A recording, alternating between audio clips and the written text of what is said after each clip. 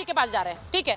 अभी दोनों, मैं अभिषेक झा जी के पास जाइए, अभिषेक झा जी को लीजिए। अभिषेक झा जी, मैंने कहा नीतीश कुमार जी आज जब 16 सांसद थे तब भी इतने इंपॉर्टेंट नहीं थे जितने आज 12 सांसदों के साथ हैं, और ये बात समझ रहे हैं वो भी।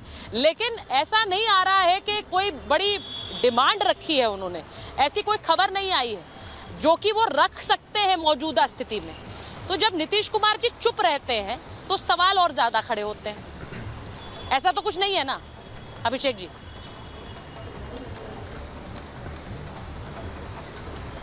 नीतीश कुमार जी की जो पॉलिटिक्स है वो ब्लैकमेल करने वाली पॉलिटिक्स कभी नहीं रही है। और जब 16 सांसद थे तब भी नीतीश कुमार जी की प्रासंगिकता थी।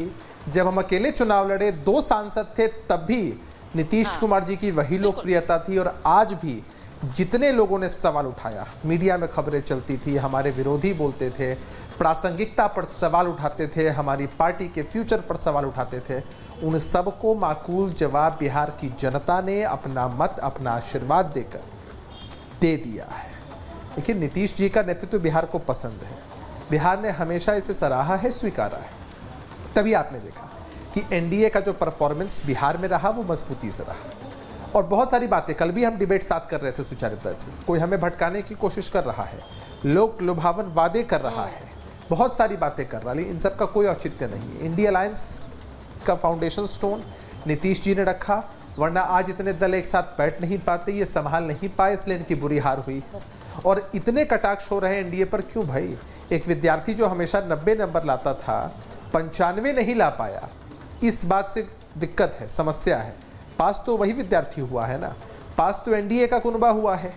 ये जो इंडिया अलायंस वाले हैं इनके पास बहुमत तो है नहीं, अगर बहुमत होता तो ये सब के सब आपको दौड़ लगाते नजर आ रहे होते कि हम आगे तो हम आगे, हम सरकार बनाने का दावा पेश करेंगे और एक प्रधानमंत्री नहीं।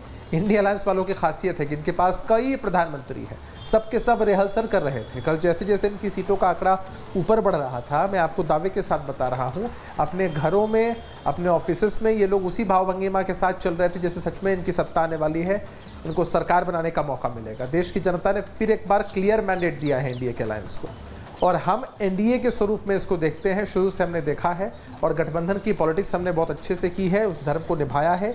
वाजपेयी जी के समय से ही नहीं, मुझे लगता है, देखिए अभिषेक जी, मुझे लगता है कि आप जो कह रहे हैं वो घटित भी हो रहा है, इसलिए क्योंकि आज अगर दावा पेश करेंगे तो इसका मतलब ये है कि दोनों, चाहे आपकी पार्टी हो या फिर चंद्रबाबू नायडू की पार्टी हो, वो एनडीए की बैठक में आकर संतुष्ट रहे हैं, तभी ये दावा पेश किया जा सकता है। और जो खबरें अभी आ रही है कि ये होगा, तो मैं एक बार अपने दर्शकों को बता दूं कि ये एक्शन तेज है। और जैसे ही कोई बड़ी खबर आएगी विक्रांत, जरा मुझे बताइएगा भी, क्योंकि लगातार हम जो अपडेट्स हैं वो बता रहे हैं, क्योंकि आज शाम तक कोई बड़ा डेवलपमेंट हो सकता है।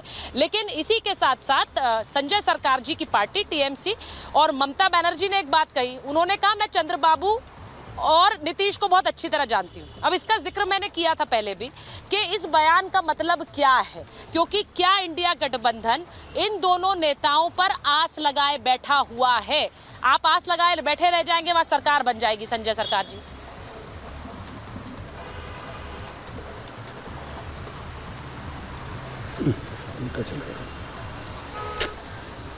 साउंड चला जा रहा है। संजय सरकार जी, आवाज आ रही है आपको? बताते हैं सबसे पहले, जी आवाज आ रही है, अभी आवाज आ रही है। मैं एक्चुअल क्या है मैं आपको बताता हूँ। जय बांग्ला, जय हिंद, जय भारत पहले हम बोलना चाहते हैं। और सबसे बड़ा बात है, भाषा का मर्यादा हर पैनलिस्ट को रखना बहुत जरूरी है, क्योंकि करोड़ों दर्शक हम लोग को ये प्रोग्राम देख रहे हैं, बहुत जरूरी है। और रह गया सुचरिता जी, परमानेंट दोस्त भी किसी का नहीं होता, परमानेंट दुश्मन भी राजनीतिक में नहीं होता है। सबसे बड़े बात होता है, आज कौन किधर रहेंगे नहीं रहेंगे ये कह नहीं सकता है, हम भी नहीं कह सकते हैं, ये बहुत मुश्किल बात है। लेकिन आने वाले पल में भारतीय जनता पार्टी को अंदर में बहुत हलचल मचने वाला है। हकीकत बता रहा हूं, भारतीय जनता पार्टी को अंदर में जो विरोध अंदर से तैयार हो रहा है, पार्टी ना टूट जाए, मैं हकीकत आज के तारीख में बता रहा हूं आपको। रह गया सवाल यहाँ पर एनडीए का और इंडिया का।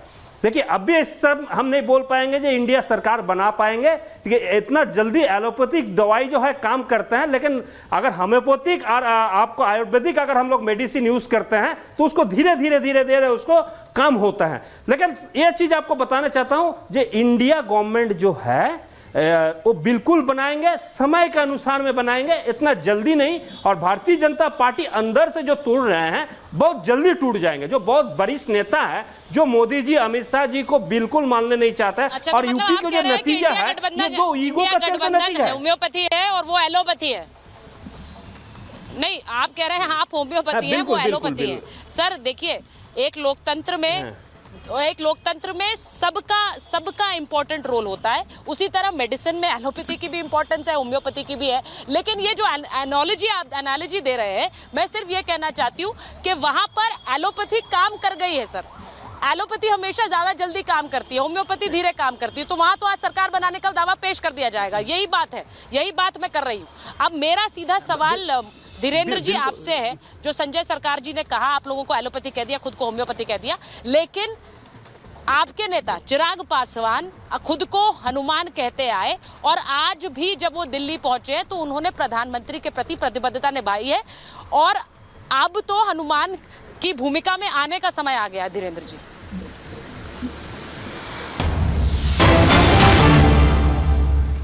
बड़ी खबर आ रही है, मैं एक बार बड़ी खबर ले लूं, उसके बाद वापस आ रही हूं आपके पास।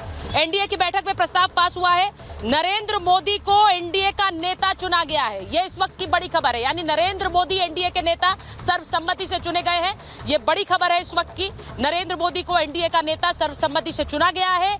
वो यानी अब सरकार बनाने का दावा पेश किया गया जाएगा तो नरेंद्र मोदी को बतौर प्रधानमंत्री।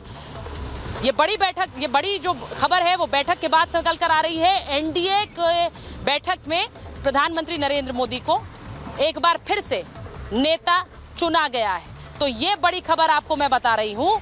एनडीए की बैठक में प्रस्ताव पास है। मीनाक्षी हमारे साथ जुड़ रही है। मीनाक्षी, क्या खबर आ रही है वहां से, जरा बताइए जल्दी से। Stand by.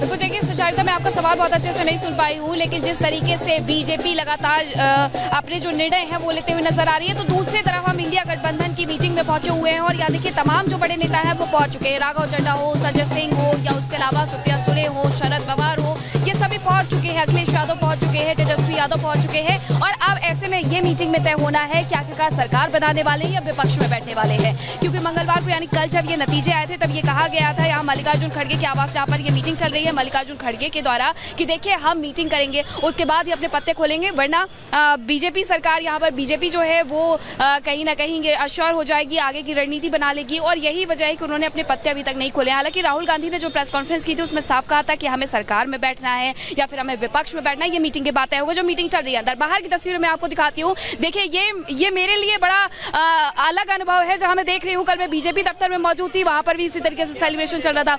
आज मैं यहाँ मल्लिकार्जुन खड़गे के आवास पर मौजूद हूँ और वहाँ पर भी इसी तरीके से सेलिब्रेशन चल रहा है। ये लोग यहाँ पर पहुंचे हुए हैं और हाथ में इनके झंडे भी आप देख सकते हैं। कुछ लोग हैं यहाँ, हम उनसे बात करते हैं।